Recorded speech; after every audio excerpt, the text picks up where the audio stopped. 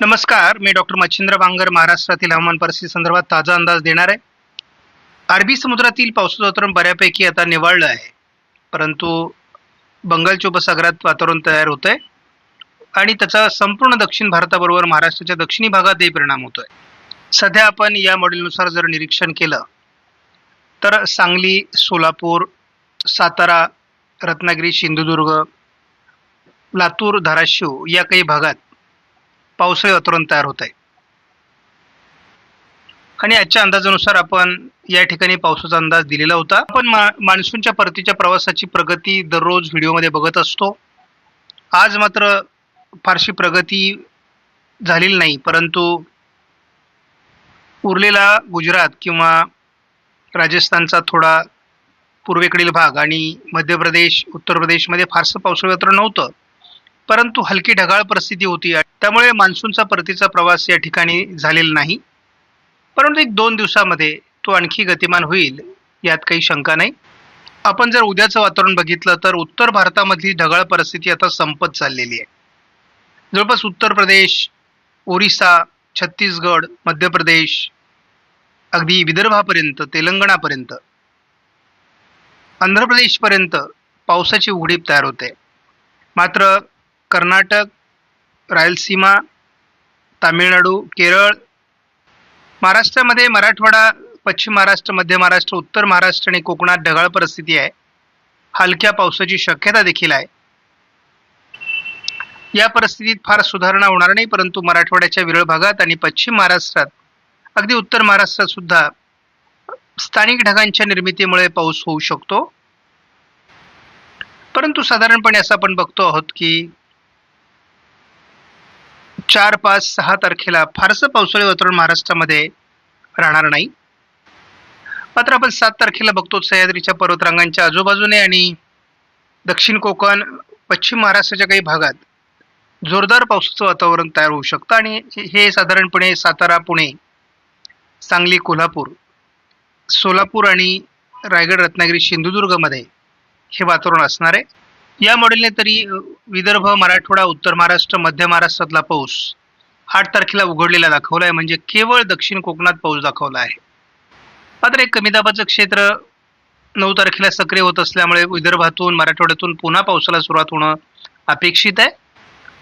10 तारखेला मराठवाडा, विदर्भात जोरदार पाऊस एका कमी दाबाच्या वातावरणामुळे तयार होऊ शकतो असा प्राथमिक अंदाज आहे. 11 तारखेचा अंदाजही कायम आहे. महाराष्ट्राच्या बहुतांश भागात 11 तारखेला पाऊस असणार आहे. 12 तारखेलाही विदर्भ, मराठवाडा, पश्चिम महाराष्ट्र असं दक्षिणेकडे पावसाळी वातावरण असणार आहे, परंतु 12 तारखेचं वैशिष्ट्य म्हणजे पुन्हा उत्तर महाराष्ट्राकडून पाऊस कमी व्हायला सुरुवात होईल आणि आपण 13 तारखेला बघतो की महाराष्ट्रातून पावसाची उघडीप सुरू होते. पूर्व भारतात तयार झालेलं पावसाळी वातावरण मागे सरकत आहे आणि हीच मान्सूनला पुढे सरकण्यासाठी अनुकूल स्थिती 12-13 तारखेनंतर तयार होईल महाराष्ट्रासाठी. अतिशय हलकं पावसाळी वातावरण मराठवाड्याच्या दक्षिणी भागात उद्या असणार आहे. स्कायमेटच्या अंदाजानुसार 5 तारखेलाही फारसं पावसाळी वातावरण नाही, ढगाळ परिस्थिती आहे.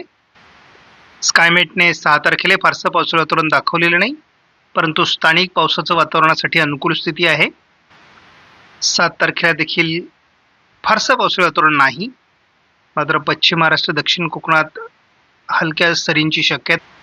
तीच परिस्थिती 8 तारखेलाही, तीच परिस्थिती 8 तारखेला देखील आहे. ECMWF मॉडेल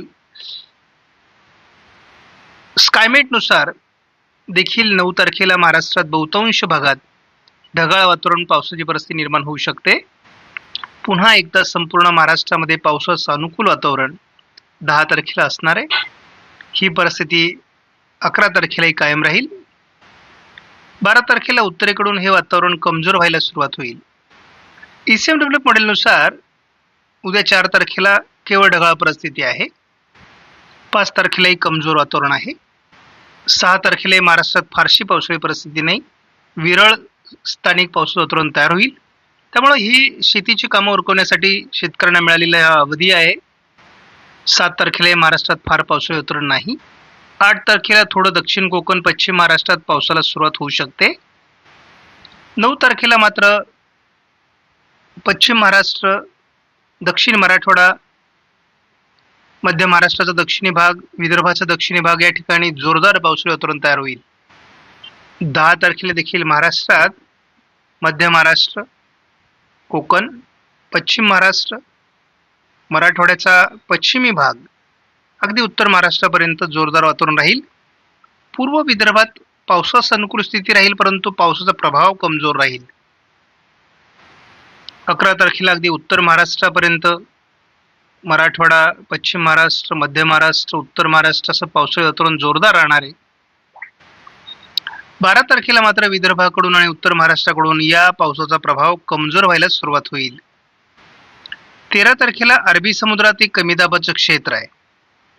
त्याचा किती प्रभाव वाढतो यावर पुढील पावसाचं वातावरण अवलंबून असेल, परंतु महाराष्ट्रात जवळपास 9, 10, 11, 12, 13 तारखेला पावसाळी वातावरण आहे आणि ते शेतकऱ्यांनी त्या दृष्टीने आपलं नियोजन करावं.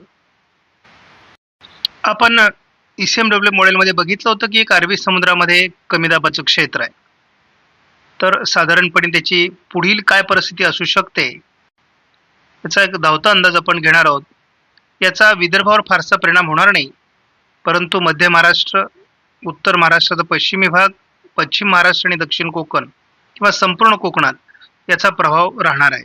आणि गुजरातवर खूप मोठं पावसाळी क्षेत्र, यामुळे तयार होणारे अगदी राजस्थानपर्यंत हे पावसाळी क्षेत्र पोहोचण्याची शक्यता आहे.